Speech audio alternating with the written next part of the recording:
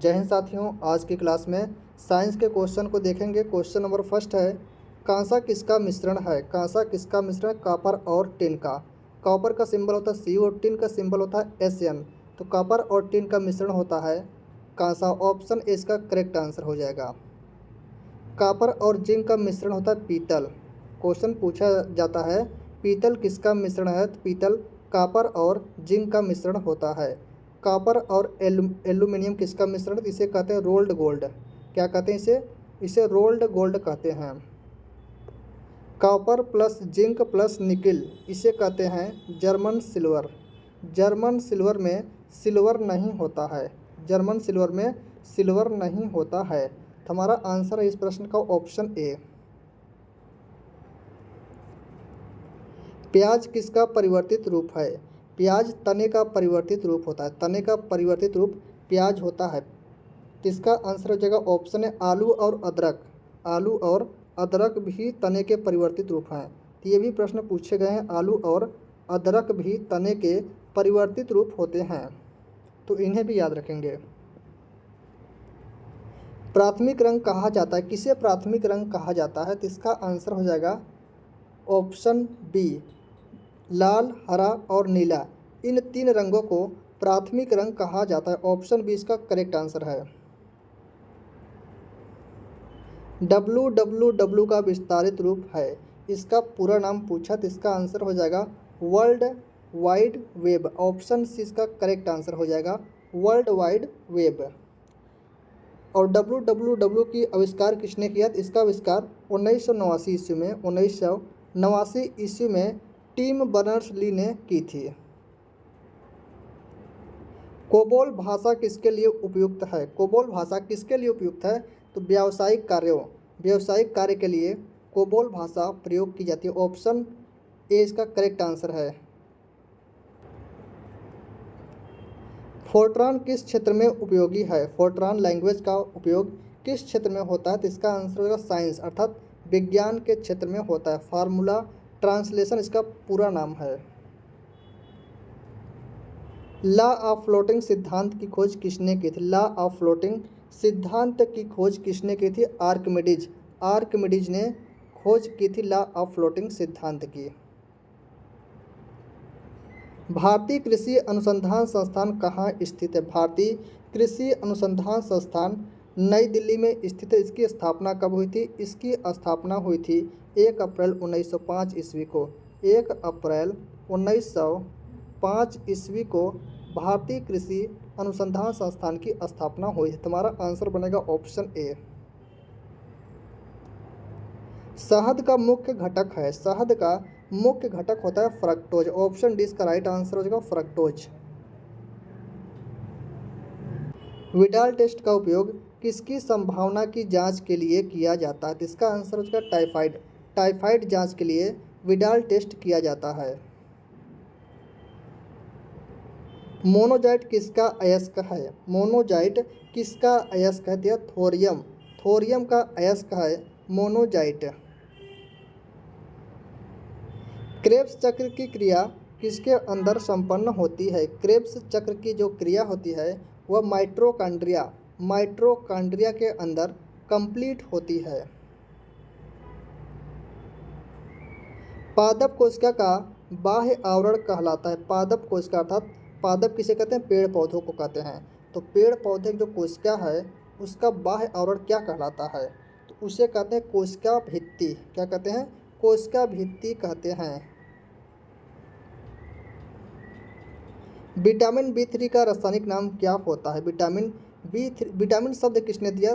Vitamin शब्द फंक ने दिया था। विटामिन शब्द फंक ने दिया था। विटामिन से कितनी ऊर्जा मिलती है? तो 0 कैलोरी।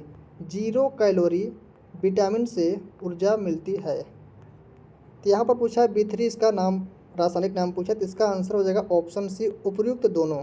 उपर्युक्त दोनों नियासिन और निकोटिनिक अम्ल ये दोनों विटामिन B3 के रासायनिक नाम हैं। पौधों द्वारा नाइट्रोजन किस रूप में प्रयोग किया जाता है? पौधों द्वारा नाइट्रोजन किस रूप में प्रयोग किया जाता है? नाइट्रेट। नाइट्रेट के रूप में प्रयोग किया जाता है।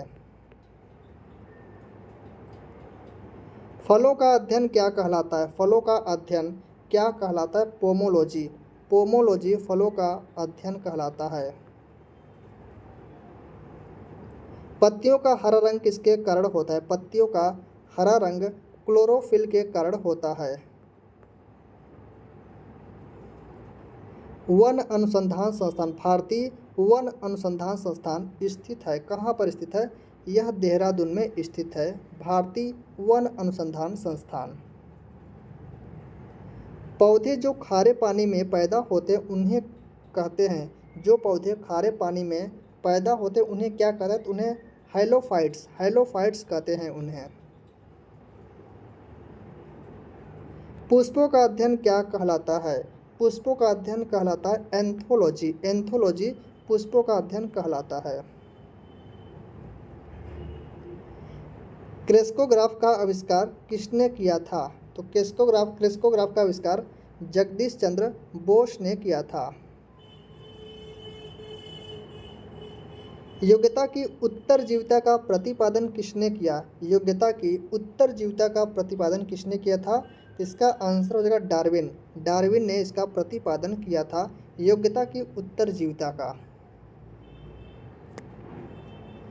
कपूर को किस विधि द्वारा शुद्ध किया जाता है? इसका आंसर हो जाएगा ऊर्ध्वपातन विधि के द्वारा कपूर को शुद्ध किया जाता है। इस विधि में क्या होता है कि कोई भी ठोस पदार्थ जो होता है ना, कोई भी ठोस पदार्थ होता है, अगर उसे गर्म करेंगे, उसे हीट देंगे अर्थात ऊष्मा देंगे, तो वह सीधे गैस में परिवर्तित हो जाएगा, सीधे गैस में परिवर्तित हो जाएगा, द्रव में परिवर्तित नहीं होता है। इस क्रिया को कहते हैं ऊर्ध्वपातन। हमारा आंसर बनेगा option B.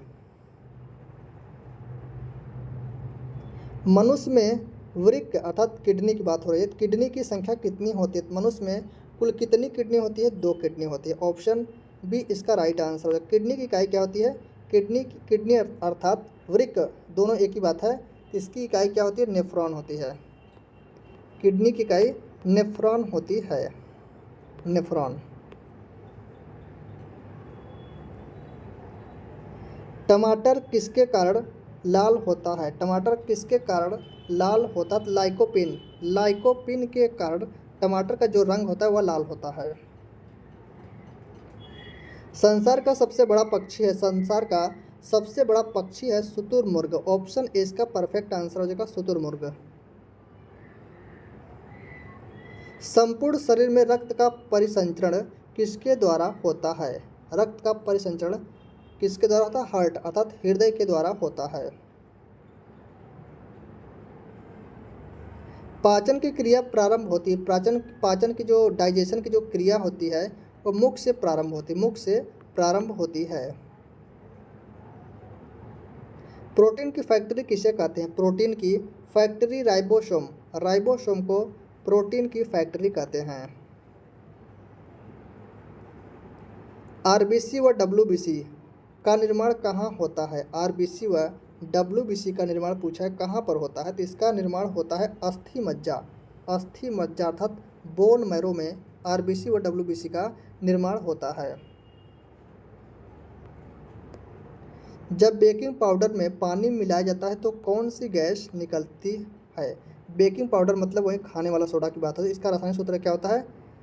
NaHCO3, NaHCO3 sodium bicarbonate. यह बेकिंग पाउडर का रासायनिक फार्मूला है। पूछा इसमें जब पानी मिलाया जाता है तो कौन सी गैस निकलती है? तो इसका आंसर हो जाएगा कार्बन डाइऑक्साइड अर्थात CO2 गैस निकलती है। हमारा आंसर हो जाएगा ऑप्शन ए। और यही प्रश्न पूछा जाता है CO2 गैस की प्रकृति कैसी होती है? तो यह अम्लीय होती है। CO2 गैस की प्रकृति अम्लीय होती है, अम्लीय होती है, तो इसे भी ध्यान रखेंगे। तो ऑप्शन इसका परफेक्ट आंसर है। C2H6 किस प्रकार का हाइड्रोकार्बन है? तो यह किस प्रकार का हाइड्रोकार्बन? तो इसका आंसर हो जाएगा एल्केन। एल्केन इसका करेक्ट आंसर हो जाएगा ऑप्शन ए। एल्केन का रासायनिक सूत्र क्या होता है? C2H2n+2, C2H2n+2 यह एल्केन का रासायनिक सूत्र है। एल्किन का क्या होता है? C2H2n। और एल्काइन का क्या होता है? H2n, यहाँ पर होगा -2, ठीक है। एल्काइन का होता है C2H2n-2, एल्किन का होता है C2H2n, और एल्केन का क्या होता है C2H2n+2। तो यह इन तीनों का रासायनिक सूत्र है। पूछा यहाँ पर ये जो दिया है C2H6, इसे कहते हैं एथेन। तो यह किस प्रकार का हाइड्रोकार्बन है? तो यह एल्केन है। ऑप्शन ए इसका राइट आंसर है।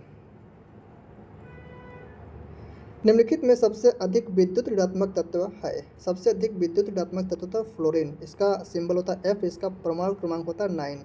तो इसका आंसर बनेगा fluorine, option D. Option D इसका करेक्ट आंसर है।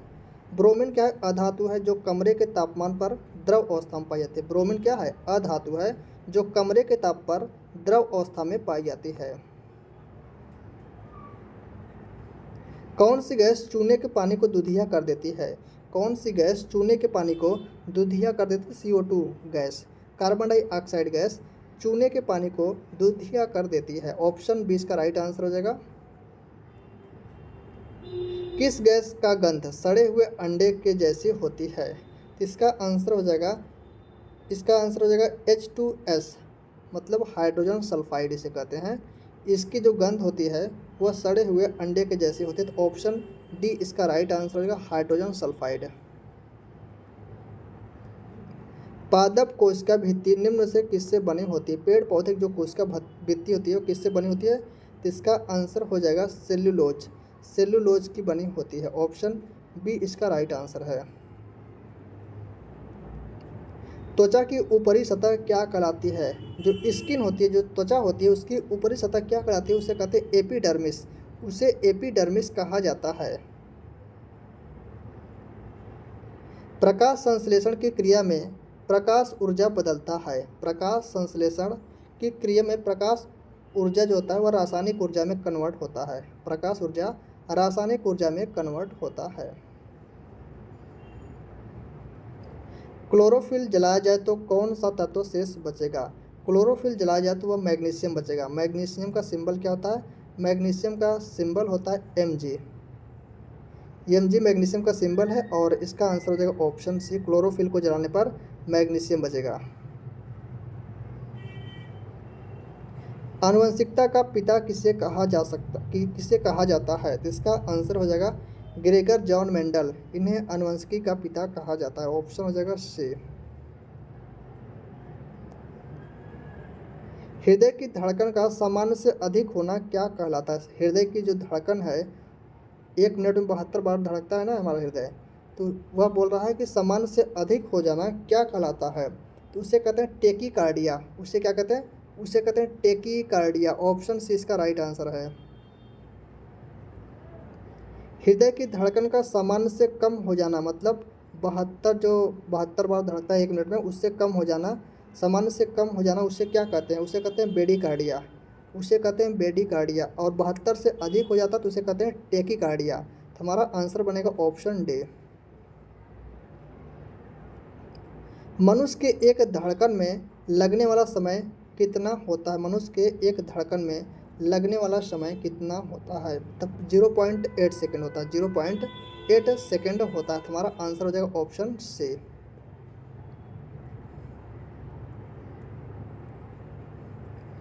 मानव हृदय कितने कोष्ठ होते हैं? मानव हृदय में कुल कितने कोष्ठ होते हैं? तो इसका आंसर हो जाएगा ऑप्शन बी, 4 वेश्म अर्थात 4 कोष्ठ होते हैं।